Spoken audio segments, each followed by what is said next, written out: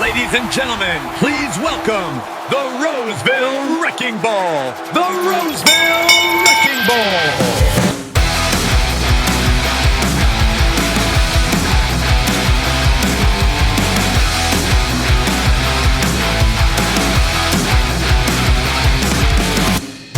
Joshua Shrum. He is a very talented steward, very knowledgeable. The Roseville Wrecking Ball. This is one of those podcasts where I listen to every episode. I love what he's putting out there. The Roseville Wrecking Ball. Josh Shrum. Parcels of Knowledge. Does a fantastic job with that podcast. The Roseville Wrecking Ball. He is an Article 8 scholar, and thank God. We need Article 8 scholars right now. Tune into the Parcels of Knowledge podcast while you're on the route. That's the mailman's playbook, brother. Good morning and welcome back to Parcels of Knowledge, the podcast dedicated to delivering that knowledge to the city letter carrier with your host, the Roseville Wrecking Ball. And yes, it is Wrecking Crew Wednesday. That's right. Finally, I'm back into the groove here. You're working with a professional here. It's tough getting back into the grind of things. Typically, I would have this episode ready Wednesday morning. As with any Wednesday where I actually have the day off, which was today, it does get a little bit more difficult to get the episode out. But especially right now with the fact that I'm trying to get back into the groove. I thrive on a particular pattern, on repetition. And when I break that pattern, it's not always a good thing. So, but guess what? Wow, I feel good. The Wrecking Crew has grown since the last time we checked. Yeah, that's right. It's up to 38 members. We got one extra member. If you don't know what the Wrecking Crew is, it is my Patreon members. It's a value for value system. And essentially, if you feel this podcast gives you value, you're welcome to give me value right back by donating either $1 to $50, anywhere in between, per month. And you can quit at any time. The way you do that is it's going to be in the description in this podcast. And you go to Parcels of Knowledge's Patreon account and you sign up to be a member. And you'll be a member of the Wrecking Crew. And with that comes recognition every Wednesday. But also, every Wednesday you get to choose the topic of the episode. It's a poll. And this week, the poll tied in 3 different ways. 27% three-way split. I'm hoping the election doesn't go that way. But there was 4 choices. 3 of them got 27%. So I'll be the tiebreaker. So this week's Wrecking Crew Wednesday is going to be about no lunches.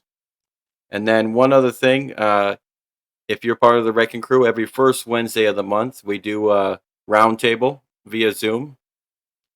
And it's a pretty fun time. So if you feel like joining, we can use extra company. I'm hoping to get the Wrecking Crew up to 50 members sometime. That's 12 more members. We'll see if it ever happens. But without further ado, let's recognize these badass individuals. Rick Steiner, E.R., Tom Perry, Philip DeGilio, Chris Angeloff, Amy Tyvan, Ryan Ackers, Edmund DeVore, Miziel Guzman, Paul Siranowski, Jamie Gregory, Neil Beckman, Shannon Mossbarger, Kenneth Grigsby, Benjamin Shalhaas, Joni Weber, Allentown Architect, or otherwise known as Still Stacks, Self-Care, G Whiskey, Daniel Pitts, Mark Allen Kennedy II, Jason Munn, David Groskoff, Unfortunate VP, Abraham Asgar, Corey Walton, Tyler Christopher, Lino Miranda, Anthony Arthur Robinson, Angel, the activist Obi Tynes, Roxy B, Kathleen Rocky Connors, Kirby Franklin, Omi, Alan Rossi, John Murphy, not that one, Richie Ray, and our newest member, Mike Pieper. You guys are badass individuals, and I appreciate everything you do. Now, before we get into the good stuff, which is the no lunch grievance, let's talk about something that happened. Bill Kriebel, he ran into some business, and he's not able to make it on Saturday. So, with that being said, we have an open spot for anyone who wants to be interviewed on Saturday. If you have any ideas, it doesn't have to be an election interview. Could be anything. Just shoot me an email, rosevillewreckingball@yahoo.com, or a message in any way, shape, or form. And let's talk. You got an idea? Shit, I got an opening on Saturday. So this episode's going to be about a particular group of stations. And they're more common than you might think, but it doesn't encompass the entire NALC. So Roseville, Michigan is part of this groups of stations. And they all do it differently. Sometimes they call it a one-click lunch. We call it a no lunch because we don't have to punch at all. All it is historically, at least since 1999 over here, we have been able to not take a lunch if we wanted to. And what that means is it doesn't mean that we're going to work through our lunch and get docked 30 minutes. What that means is you work 8 hours straight, 2 breaks only, and you leave in 8 hours. That's all that means. For whatever reason, the folks at Roseville and other stations all across the United States have all observed a lot of this no lunch policy. And it took different shapes. There is a document I'm going to reference later that's a management training document from the APWU. And what I meant by different shapes, sometimes it's verbally agreed to, sometimes there's a sign-up sheet, sometimes you use a particular form.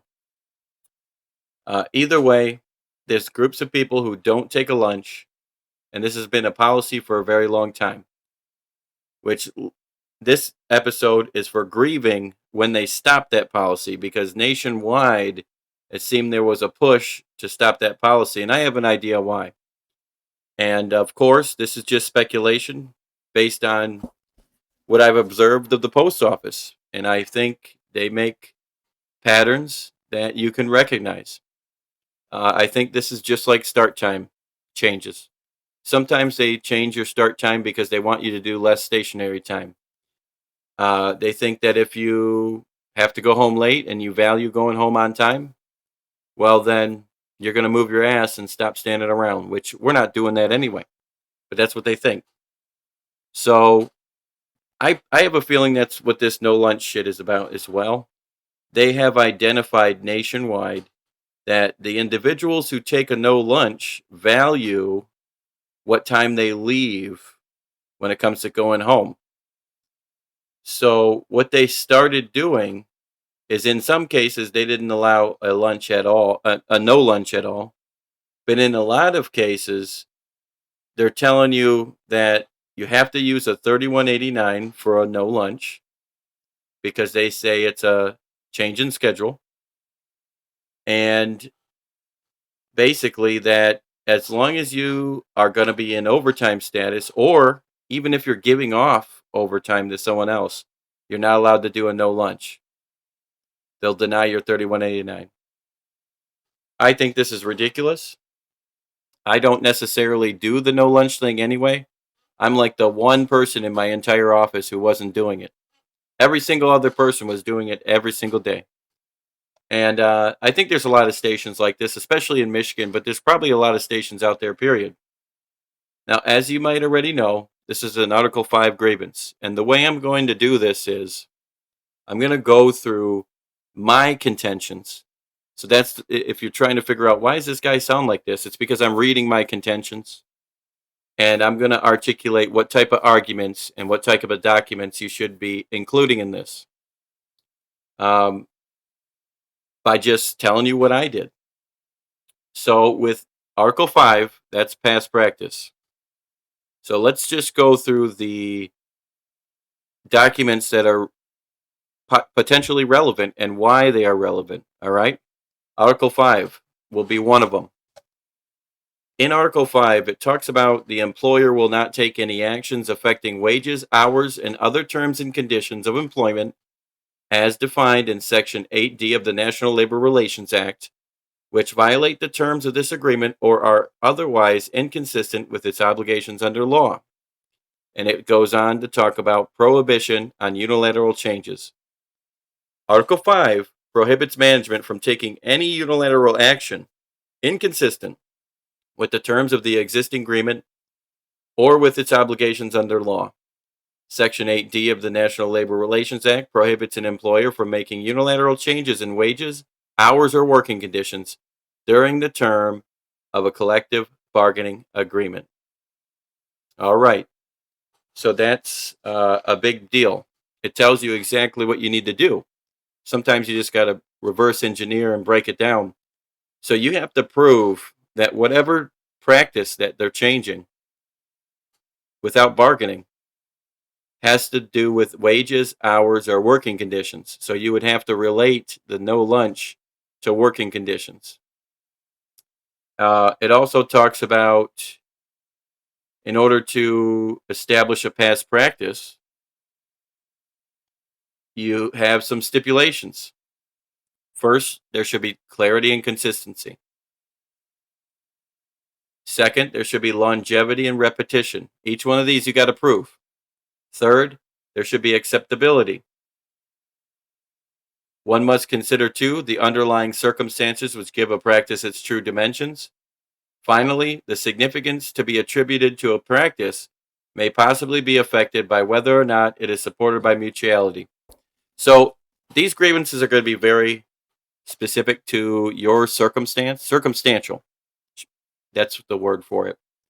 With that being said, I'm going to read what I had to establish a prima facie case, which is what you should do for your past practice.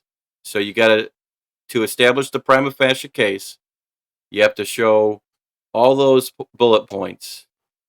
And I'll go through mine. Just know that yours might not take the same shape as mine in terms of proof. So make sure you hold it to your no lunch policy. Also, it talks about the fact that in order to be a past practice, it must be not in conflict with the national agreement, or otherwise what they call it is it must be silent. The national agreement must be silent on that subject. Here it is. If the Postal Service seeks to change or terminate a binding past practice, implementing conditions of employment concerning areas where the contract is silent, Article 5 prohibits it from doing so unilaterally without providing the union appropriate notice. Don't forget, there also has to be prior notice. But essentially, they have to bargain in good faith prior to implementing any such changes that are silent in the national agreement. All right, so I interviewed as many carriers as I could. That was to cover up any holes with in terms of how long this practice has been going, what it consisted of. You want to break down, how did you apply for a no lunch? Normally that would include the few different examples I gave earlier, like a form or verbally, or did you have a sign-up sheet, which is what we had. You want to get statements from your president, especially if it's part of LMOU. You want to get, and that creates a whole different problem, but that's beside the point. You want to get, sometimes they acknowledge it on job bids. Like, it was such a common practice here at Roseville that our bids sometimes said 8 to 4 instead of 8 to 4:30. when it came to your schedule because everyone took a no lunch. So they accidentally acknowledged it on job bids. Look for stuff like that to prove that it's a past practice. Now, in my area, which is probably, they're just mimicking National's arguments. So if they use this argument too, you might want to use it too. They were trying to reverse engineer 814, the request for temporary schedule changes. So what it says there is, the intent of submitting a PS Form 3189, which requests an earlier leaving time, is to obtain approval for the employee to leave at that earlier time. Consequently, it is inappropriate for management to approve such a form and then require the employee to work post-tour overtime. Essentially, that's where I would stop it there. They're saying that because you have to request a no lunch through a 3189, which is not true. What they're trying to do, it's convenient for them because they want to use the argument that because you're on a 3189, if we approve your no lunch, well, then you can't have overtime. That's essentially where the heart of their argument right there. You want to include Article 19 if you're going to incorporate any handbooks, manuals, or memos. Handbook F21. You want to incorporate this form is used by employees. It talks about the request for a temporary schedule. To request a temporary schedule change for employees' personal convenience. By submitting a properly approved form, the employee agrees to forfeit any out-of-schedule premium. So what I was using that section for was to identify the fact that that is the point of the form, is to forfeit out-of-schedule premium. And in the case of a no lunch, you would not have out-of-schedule premium. Handbook ELM 432.33. A lot of times management will say the ELM maintains that you have to take a lunch. That is absolutely not true. And after I talked to the Formal A, they still said that 432.33 states that, even though it doesn't. So listen closely. Mealtime, except in emergency situations or where service conditions preclude compliance, no employee may be required to work more than 6 continuous hours without a meal or rest period of at least a half hour. So listen closely because it says no employee may be required to work more than 6 hours without a lunch. That's permissive on the employee's part. It's not permissive on management's part. They must offer it to you. You may not be required. It's definitely something that we should be able to have a say in. Also, I made notice of a tax supervisor training handbook. And basically what it did is it said when a no lunch request is submitted and approved via PS Form 3971 or 3189, the authorization can be entered at the EBR. Follow the instructions for leave and use code 093. That's going to be important for later. Keep that in your head. And that's pretty much it. There's if you want some persuasive value arbitrations, I included C30984 for comparison of bargaining past practices, C24529 to illustrate the fact that PS Form 3189 is inappropriate, C33979 to reinforce the contract's silence on lunch scheduling, and C34692 for its own unique parallels to the case to my instant case. So I'm going to read you my establishment of a prima facie case that this is a past practice, and take out of it what you will. But I'm just going to read you what my contentions so the first things first, in my contentions, I would establish that you have a past practice at hand. So I'm just going to read that so you can take what you want out of it. Just remember, this is situational. So not everyone's going to be able to use everything here. As above cited, Article 5 of the National Agreement stipulates that which would constitute a past practice and reiterates the prohibition on unilateral changes in working conditions that the NLRA had established. It details 5 stipulations that a past practice must embody in order to constitute as a legitimate past practice. They are as follows. 1. Clarity and consistency. This can be overcome with the carrier testimonies included in the case file. Every one of the 17 accounts agreed to the fact that the old method of taking the no lunch was a sign-up sheet, and that it was unconditional. Additionally, they all claim that there are new conditions and methods for signing up for a no lunch. Most of the carriers confided that this was a daily occurrence in their careers, some spanning almost 3 decades. For the sake of making the case file short, we have included both an everything report and example of no lunch sheet from a week or 2 before the change. Number 2, longevity and repetition. Once again, every single carrier interviewed and or who wrote a statement had confessed that this practice was unchanged since they were hired. We have evidence that it had existed all the way back to 1999 and that it existed as soon as 2024 in settlement decisions alone. These documents read in relevant part. And then I read all the different documents that would acknowledge our no lunch policy. Number 3, acceptability.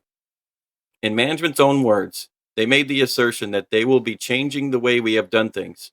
Included in the case file is every sign-up sheet for the new lunch before the change to show that it was a regular occurrence, and letter carrier testimonies elaborate that this sheet was kept at management's desk.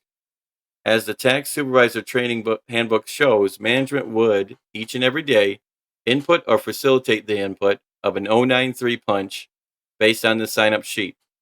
You can see an 093 punch for every carrier in the old past practice exhibits, everything reports. This dual process shows it was a consistent practice that was cemented long enough that it developed its own instructions in management's own training books. Number 4, its true dimensions.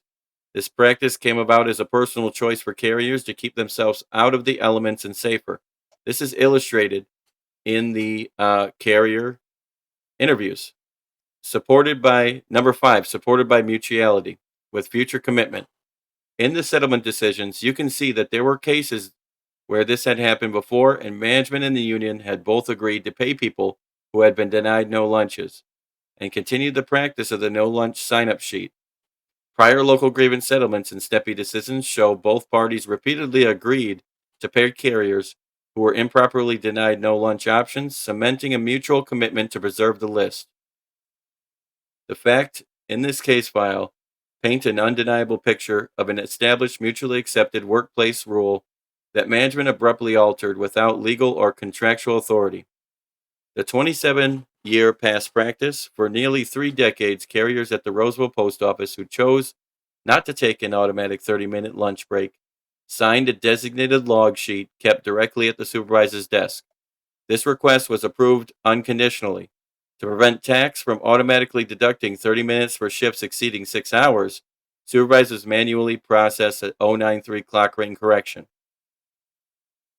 The unilateral May 2026 abrogation. On May 16, 2026, local management blindsided the bargaining unit by completely eliminating the sign-up sheet.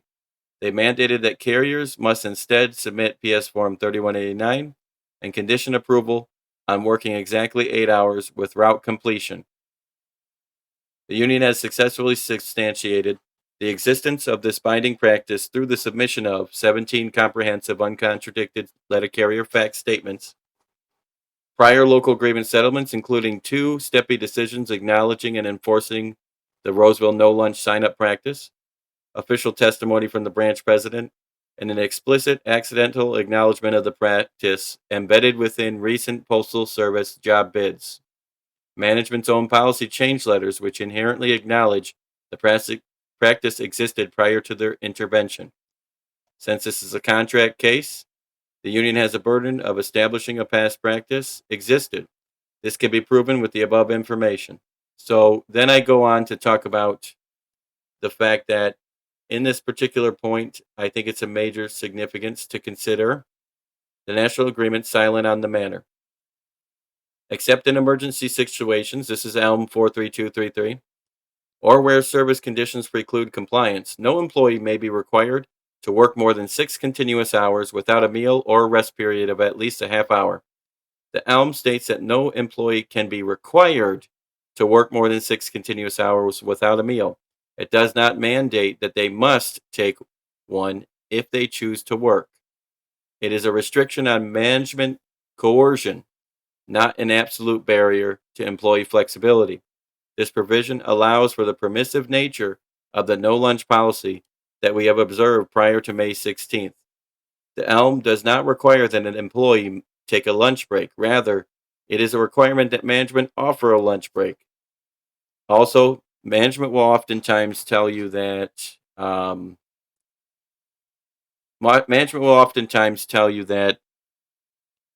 it's federal law or whatever, OSHA. That's a bullshit. Bullshitta. Typically, it's dictated by state law, and state laws not necessarily something that we deal with. Normally, we stick to federal law, but the federal government typically allows states to maintain labor things. So I've never seen anything that would actually demonstrate that they have to make us take a lunch. Now, I did have a mutual respect harm and an undue burden for the carriers, considering the fact that they started it right at summer. The heat was a lot of it. Also, carriers were saying that they felt intimidated to work faster. That if you were to go over a few clicks, they will be burdened with leaving an extra 30 minutes later, and you have to sit in the office. So they're forcing us to run our routes so we can go home at a reasonable time. A lot of people talked about how it puts them out in the heat longer. And I talked about how that's not consistent with safety or with mutual respect. Now, in terms of the proper forms, I'm just going to read, because management tried to articulate that because it's a 3189, that's the only form that you're allowed to fill out, which is a schedule change. That that's the reason why you cannot have overtime, which is just stupid. Especially when they're inconsistently applying it, like when carriers who are actual 8-hour carriers need to give off, they tell them they can't take it either. Well, they're only working 8 hours. What do you mean? They're not getting overtime. But anyway, I'm going to let you guys know my argument about the 3189, because it doesn't have to be a 3189. In the above stated management training document, which allows for the use of either PS Form 3189 or 3971 in order to enter a no lunch punch, there is a reason for the versatility of the two forms. In order to fully comprehend the need for versatility, you must read the following provisions in combination. I talked about 814, 87, how 814 says requests for an earlier leaving time for PS Form 3189, the employee to leave at that earlier time. 87 says if they wish to have their regular schedules temporarily changed, they would have to use a 3189 and they would forfeit out of schedule premium. I talk about how the PS Form 3189 actually says that I will not be entitled to the payment of out of schedule premium where you go sign it. And the tax supervisor training talks about the versatility of the two forms. It says when a no lunch is submitted and approved via PS Form 3971 or 3189. I said when read together, it is no wonder why the training manuals allow for versatility of the forms. In cases where a carrier is only required to work 8 hours, a PS Form 3189 may be an appropriate form. And the reason why I say that is the 3189 is for leaving earlier.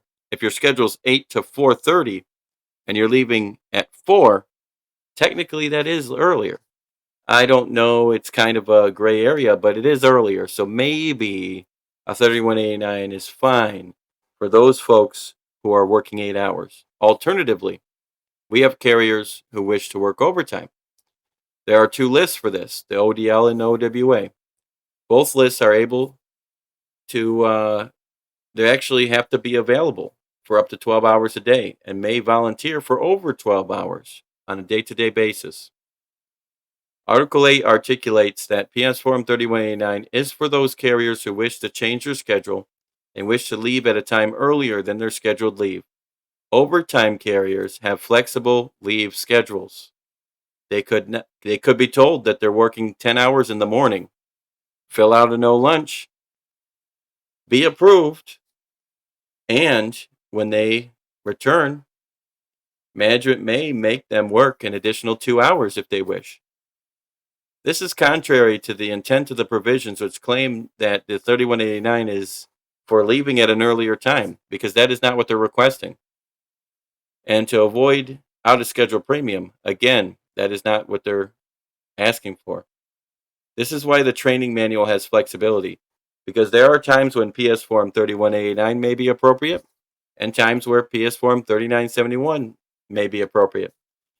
In fact, I think that alternatively, there's actually a form that you should use instead of these two, and that is the 1260. And I talk about the tax supervisor training for 1260s and ELM, the permissive nature of ELM 432.33. So I said that this is indicative of PS Form 1260 as being the correct document for the situation. If our practice must be changed, it would be in our best interest for us to change it to the PS Form 1260, as it would create less administrative work considering there isn't two separate forms for different situations. Basically, the lunch punch is automatically generated on any employee who works more than 6 hours. They don't have to punch, it just automatically shows up. The ELM language on taking lunch leaves it open to being permissive on the employee's account. PS Form 1260 is the form that is made for making corrections to your clock rings.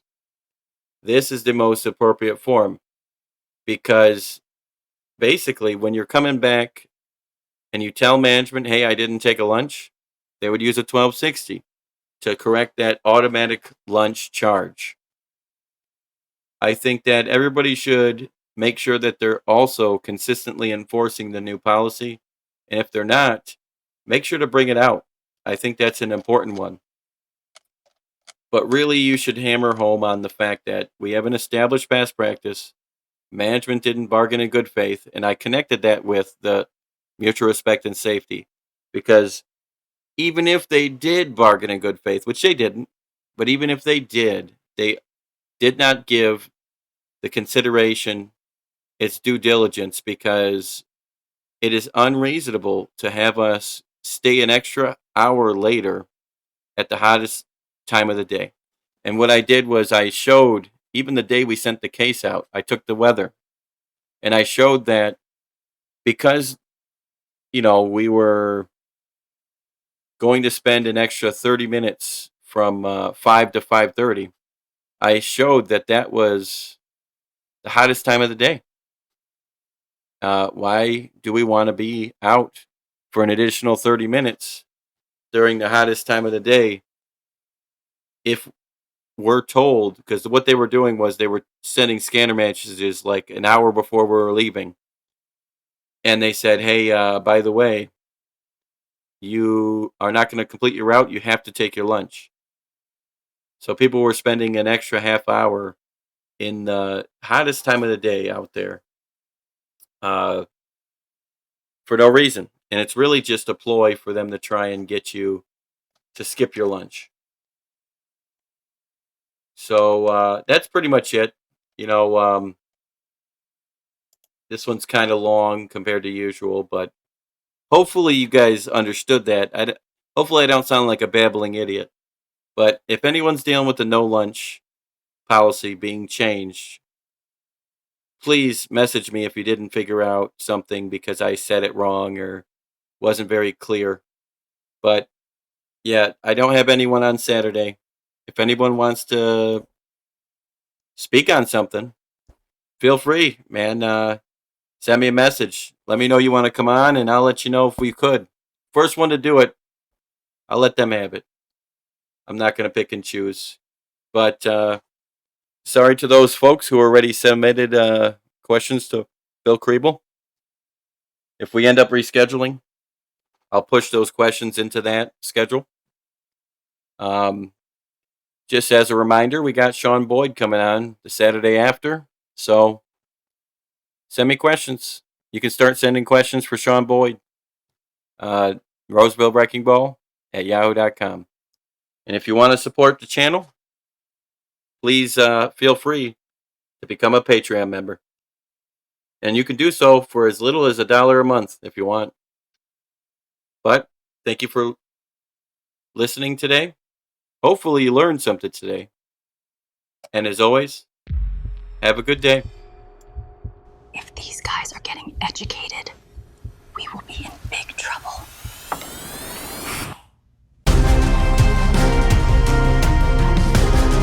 Management's been weighing you down like a bag of wet catalogs, but you don't gotta take it. You strap on the elbow of education, dig it?